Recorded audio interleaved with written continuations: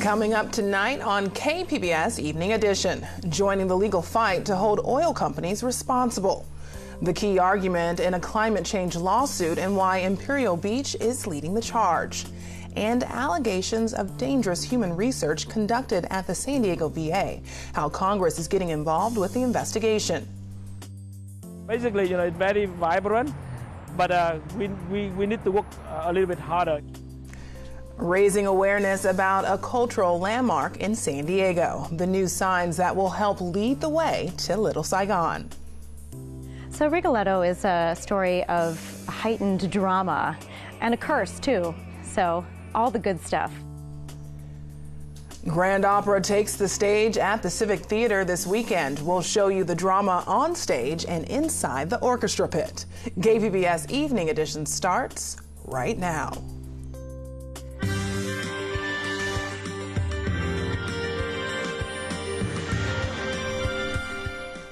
Good evening and thanks for joining us. I'm Ebony Monet.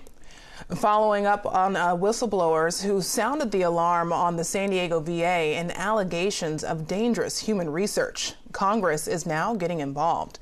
The development resulted from an iNewsSource investigation in November. iNewsSource reporter Jill Castellano explains what happens next.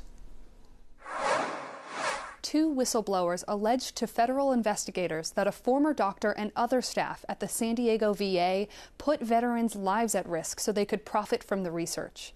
The study was led by Dr. Samuel Ho and involved taking liver biopsies through a catheter in the neck from veterans suffering from alcoholism and liver disease. New documents reveal how one patient returned from the procedure oozing with blood, delirious, and in need of an emergency transfusion. San Diego Congressman Scott Peters told iNewsSource Congress will hold a hearing as early as this spring to get to the bottom of the allegations. We'll want to make sure up front during the hearing and afterward that the witnesses answer the questions that we have, and we're satisfied that either things are okay or that their actions will be taken to make things right. The VA San Diego healthcare system serves the nearly 250,000 veterans in San Diego and Imperial counties and has one of the largest research programs in the national VA network. For KPBS, I'm iNewsSource investigative reporter Jill Castellano. To hear more from Congressman Scott Peters or to read the federal investigation into whistleblower allegations, go to iNewsSource.org. iNewsSource is an independently funded nonprofit partner of KPBS. San Diego is bracing for a stormy weekend on the heels of a system that dumped nearly a half-inch of rain in parts of San Diego County in less than 24 hours. Round one of the storm hit yesterday. Drivers navigated wet roads. Power was knocked out to at least 4,700 customers in Chula Vista last night. Round two starts tonight. Dajia Swad has a look at our rainfall totals so far. Well, yesterday was a wet day out there, and as we continue through today, the clouds very present. We just want to recap, give you an idea of what we saw across the county and across our region. In towards Lemon Grove, over an inch of rain was reported. Oceanside, just under an inch, and into San Diego International Airport, 0.62 inches of rain. Now, we'll continue through tonight, tracking out a low pressure system that is already bringing moisture into northern and central California, and it'll continue to bring heavy mountain snow. That's the same system that's going to dive into our area. It's a large storm system, a lot of energy, a lot of moisture, and bringing windy and heavy rain into San Diego County. Strong winds on Saturday out of the south deserts. You're looking at 50 to 60 mile per hour winds. Deserts, slopes, and mountains, you're looking at 70 to 80 mile per hour winds likely. So if you're traveling along I-15, be cautious of that. Here's a look at the Futurecast kicking off Saturday, 4 a.m. We get this bit of shower activity Saturday at 4 a.m. Past that dry until we hit about 1 o'clock. Then this moisture comes rushing on in to San Diego County. Higher bands there represented by the yellows indicating heavy rain. We'll see that clear on out for your Sunday morning. But into Sunday morning, still going to be the chance for some wet spots lingering around. We'll keep you updated on your main forecast coming up. A legal effort to get oil companies to pay for damage linked to climate change is getting a boost this week from California. KPBS environment reporter Eric Anderson explains how Imperial Beach is getting involved.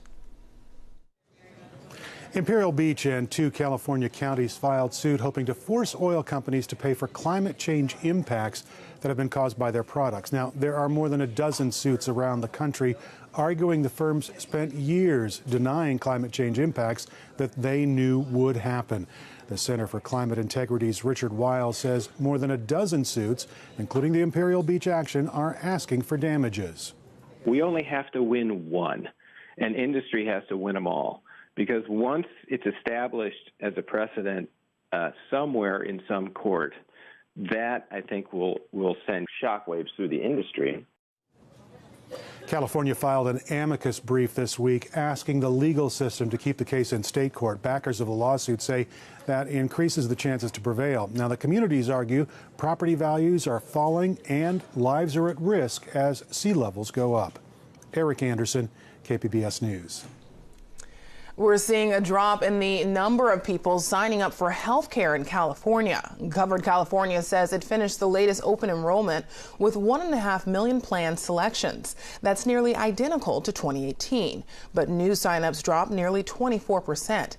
That's much higher than the rest of the country, which on average saw a 16% decline. State health officials say the drop may be a result of Congress eliminating the individual mandate. A measles outbreak in the Pacific Northwest has California investigating doctors in vaccine exemptions. At least 43 people in Washington and Oregon are sick with the measles. Most of the victims were reportedly not immunized for the disease. The California Medical Board is now checking out doctors who are known for giving out medical exemptions. The doctors who are giving these medical exemptions are either unscrupulous and they're doing it for profit because they can charge parents cash for that. They don't charge insurance for that. Some of them, I believe, are not unscrupulous and truly believe alternative facts, basically. California lawmakers are considering legislation to mandate doctors provide proof of those exemptions. It was a solid season for the Chargers, even though they didn't make it into this weekend's Super Bowl game. Quarterback Phillip Rivers was honored last night in La Jolla by the San Diego Sports Association. While accepting the Professional of the Year award, he had some emotional comments about the fans here in San Diego. Certainly understand the mixed feelings and emotions many here in San Diego have about our move. It's more than understandable. Those that still cheer and pull for us each week, we certainly appreciate it. I, again, personally want to express my gratitude for all the love and support that I've always felt in and around town whenever I'm out and about. Even though the Chargers moved to LA in 2017, Rivers and his family still live here in San Diego. We're back now for our Friday business report with marketing strategist Miro Kopik with Bottom Line Marketing and SDSU to talk about this week's business news. So, Miro, this is a big week for sports fans, and it's also a big weekend for marketing with the Super Bowl. Yes. So the Super Bowl audience is pretty much unmatched. Why then is it taking longer to sell commercial time, which is what's being reported widely? Well, you know, the commercial is going to cost you for 30 seconds between $5.1 and $5.3 million. Only a certain number of firms can do that. In fact, last year they sold out 2 days before the Super Bowl. So they reported on Monday that 90% of the inventory was sold, and it's going to be, they'll probably sell out before the game. And one of the things that these big companies not only spend on, $5 million for a 30-second spot, but it's going to be millions of dollars to produce the ad because the talent, the music rights, the special effects, because these ads not only have to sell a product, they have to entertain. And like you said, this is the biggest audience of the year for any event in the United States. And what marketers have seen is that ratings for the the World Series, NBA playoffs, the Academy Awards have all been declining over recent years. So this is one steady place where you get both a great mix of audience between men and women, and it's a great place to make a statement. And a lot of brands, and this year the brands are actually going to, the last couple of years there have been brands that have made social statements. This year it's going to be a little lighter, it's going to be a lot more funny, although there's going to be positive statements around the environment and honoring first responders. So we'll see some socially relevant comments, but on a much lighter scale this year. So with these expensive ads, the companies are deciding to avoid the controversy. So these companies that are spending so many millions of dollars on these commercials, they're hoping it's going to pay off with people actually buying their products. But a new survey just recently came out that showed consumer confidence is down, and it's being linked to the government shutdown. Can you tell us what's the connection between consumer confidence currently and the government shutdown we just experienced? Well, every month the Conference Board does a survey on consumer confidence. And this month was a surprise to anyone who was expecting the results, because we saw a 5% dip where the consumer confidence went from 126 to 120. That's still historically high because the economy is doing well. We had over 3% growth last year. Unemployment is relatively low. But consumers react to shocks, and the government shutdown was a major shock to consumers. And the fear that it might close again in mid-February unless there's an agreement is going to really make consumers hesitant. Now, what's interesting about the survey is there's two components of it. Is how do you feel today, which is pretty high, but how do you feel in 6 months? And that part of the survey, it was the lowest that it was since October 2016, the month before the election. So that's something to be concerned about, because we may not be heading to recession, but maybe economic momentum might be slowing. So consumers are kind of a good barometer for that. Responding to the uncertainty. So another thing that's being blamed on the government shutdown would be the unemployment rate, which is slightly up. The jobs report just came out today. What's your takeaway? You know, it was actually a very respectable jobs report. You know, they reported over 300,000 new jobs. The unemployment ticked up to about 4%, but really that's more for more people coming into the labor force than the government shutdown. The government played a little bit of a sleight of hand. And technically, those employees who were furloughed or were working without pay should be counted as unemployed. But because of a bill signed by President Trump on January 16th, guaranteeing back wages, they didn't count them in the unemployment numbers. So that was kind of interesting. One of the things that is a little bit of a concern is that the December numbers and the November numbers were revised down. And the December numbers were revised down nearly 30%, from 300,000 jobs to about 230,000 jobs. Normally the government, revises job numbers up and down a couple of points, but a close to a 30% change is a major miss for the government. So overall, the jobs numbers are strong. They're pretty solid, but the revisions, leave room for a little bit of pause. Well, that wraps up our Friday Business Report. Miro, thanks so much for joining us. Thanks, Ebony. A spike in arrests before San Diego's homeless count, San Diego's first school shooting 40 years later, and how Chula Vista police are using drones as first responders. Join us for the KPBS Roundtable tonight at 8:30. It has been a wet several days across the West Coast, and we're going to continue to see more moisture roll in for tonight and continue into our Saturday.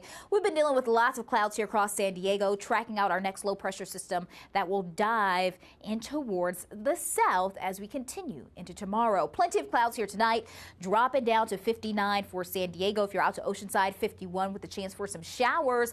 Lots of gloom in the area for Borrego Springs as well, with a low 52 and cooling down to 41 in Mount Laguna. We continue into your Saturday, once again watching out for this low pressure system to make its way on in across much of the West Coast here. Going to be dealing with flash flooding and in towards the higher mountains, heavy mountain snow. Travel delays going to be numerous for the start of the weekend. Here's a recap on your futurecast. 4 a.m. on Saturday, we get a little moisture pressing into Oceanside as well as in Borrego Springs. 6 a.m. dry in towards San Diego with lots of clouds, and we'll notice a very strong southerly wind ahead of this low pressure system by about 1, 2, and into your 6 o'clock hour. That's when we notice the rain amounts intensifying, and in this yellow is where we see some heavier bands that will continue to swing through San Diego, making its way as well into points to the south of San Diego. We dry on out Saturday at 10 p.m. for a brief period of time. Still going to be some bands of moisture coming through the overnight hours. And then as we head into your Sunday, 9 a.m., your futurecast in towards Oceanside, still going to be calling for some showers. We also can't rule out shower and wet weather activity for San Diego for the end of the weekend and early next week. Highs tomorrow, you're looking at a high of 65 in Borrego Springs, 48 in Mount Laguna, and 66 in Oceanside, with widespread heavy rain across San Diego County. Early week still going to be unsettled here for much of the West Coast. This means we still have to be weather alert. The good news is as you head into Sunday and Monday, the rain rates won't be as intense compared to our Saturday. We'll still keep that moisture available to us for your Tuesday forecast, and then by middle of the week, you will notice we're cool but drying on out. The same goes for your inland cities with temperatures in and out of the 60s and upper 50s for your highs. As you head into the mountains, going to be looking at wet conditions to continue. Even some afternoon snow possible Tuesday in towards the mountains and out towards the deserts. Also going to be contending with some wet weather for your weekend. Reporting for KPBS News, I'm your meteorologist, Dajia Swan. Back to you. You can get a taste of Vietnamese culture right here in San Diego. KPBS reporter Matt Hoffman says soon it will be even easier for people to find the community dubbed Little Saigon. In City Heights, a Vietnamese community is pushing for more branding. People hear about the Little Saigon, but they don't know exactly where it is. Sue Nguyen is co-founder of the Little Saigon Foundation. Where to get a bowl for the best is in Little Saigon district. Friday, city and state leaders unveiled a new sign that will help guide people to the Vietnamese community. We let the people know that, hey, now it is your district. It's about the ownership. Markets and restaurants are just some of the offerings on the 6-block region along El Cajon Boulevard. Basically, it's very vibrant, but we need to work a little bit harder in terms of making the street nicer. The sidewalk have to be walkable, and then more branding, more work to be done. So we have to work hard a little bit. The sign is just the beginning. Matt Hoffman, KPBS News. San Diego Opera is staging a production of Verdi's Rigoletto. But while you might be familiar with the classic tale of love and revenge taking place on stage, you may not know what's going on in the orchestra pit. So KPBS arts reporter Beth Accomando has this profile of what a conductor's job entails. A womanizing duke, a hunchbacked court jester, an innocent girl, and a rampage of revenge. So Rigoletto is a story of heightened drama and a curse, too. So all the good stuff. Elisa Jordheim sings the role of Gilda, the redemptive figure in the otherwise dark opera by Giuseppe Verdi.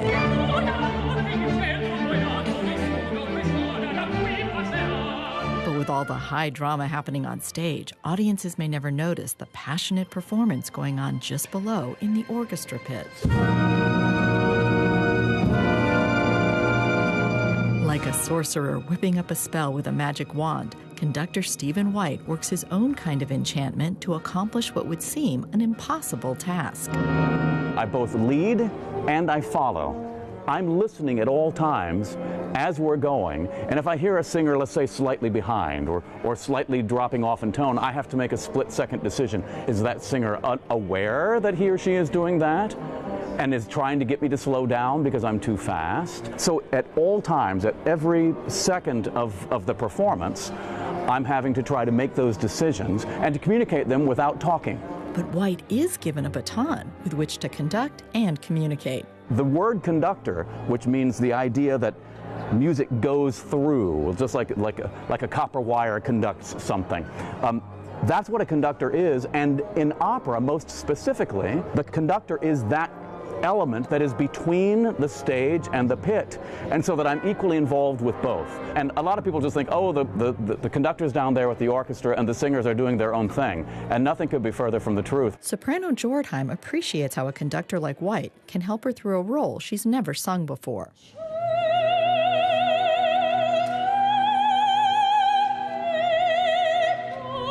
Maestro Stephen White is so wonderful at supporting us singers and breathing with us and making sure that we appear comfortable and we have ample time to rest and breathe, and also keeps the orchestra a supporting role underneath us so we never feel like we're drowned out by the orchestra. And we need to be even softer orchestra, largely because I need to be able to hear them so we can stay together. During rehearsal, White can talk to both the musicians and the singers in order to get everyone on the same page. Not just together in terms of playing at the same time and singing at the same time, but together in terms of our interpretation, that we're trying to be the same ideas in terms of how we're expressing the story. Well, the conductor has the task of keeping all the forces together and a happy ensemble. Stephen Powell is the American baritone singing the role of Rigoletto in the San Diego Opera production.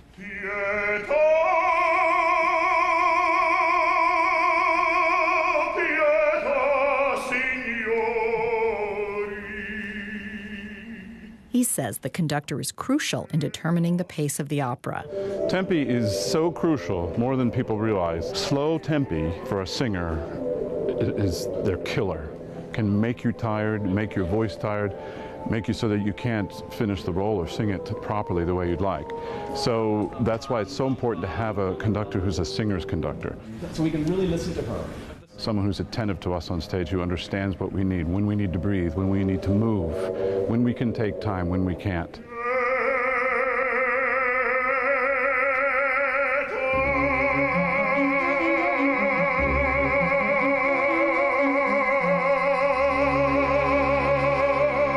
On stage, the character of Rigoletto struggles with his anger, bitterness, and burning desire for revenge. But below the stage, conductor Stephen White can be found like a general leading a pit full of musicians and a company of singers. The next time you go to an opera, steal a moment away from the spectacle on stage to appreciate what that guy passionately waving a baton around is actually doing. Beth Accomando, KPBS News. Across the world, lights, billboards, and neon signs are aglow in the night sky. In tonight's Science Friday report, producer Elaine Clark introduces us to the man behind a Utah observatory who's determined to keep his corner of the world dark. In Torrey, in kind of the center of the Colorado Plateau, we're 7,000 feet high, and the east and west horizons are low enough that as the sun sets, it casts a shadow out into the eastern sky. And that shadow begins to rise, and it has a dark color at the bottom, and then it turns lighter, and there's actually some colorations of orange, and then it goes back into the almost the daytime sky of blue. It is one of the best spots in the 48 states for an astronomical observatory.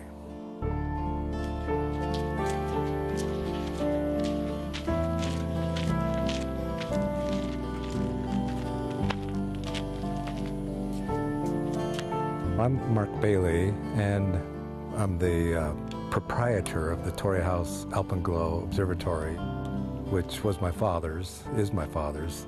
He asked me to move it down here because he had it up in Salt Lake City, which is heavy light pollution. So, I don't know, I'm an amateur astrophotographer. Capitol Reef National Park is an International Dark Sky Association dark sky park. We're protecting one of the last and wildest wildernesses. So our access to the sky in its raw form without our light pollution is important for an intrinsic sense of wilderness, but it's important in our own selfish sense as humans to keep in touch with the physical humans that we are, that have senses to see this kind of thing. The word has been getting out a little bit that we have this observatory, and people are naturally drawn to this kind of telescopic portal to the deeper cosmos. That is Saturn. If you give it a minute, give it some nights, you start to wake up to the human that you are. When we can't see the night sky in its natural splendor, we're missing out on 50% of the information we've gathered since we've been a species about how to be ecologically situated. So in addition to messing with our sleep-wake cycles, too much light at night, even through our closed eyelids, can result in higher rates of breast cancer, can increase anxiety, depression, heart disease. Our bodies literally don't know when and how to rest. It's the biggest step we've taken away from being integrated into our ecology.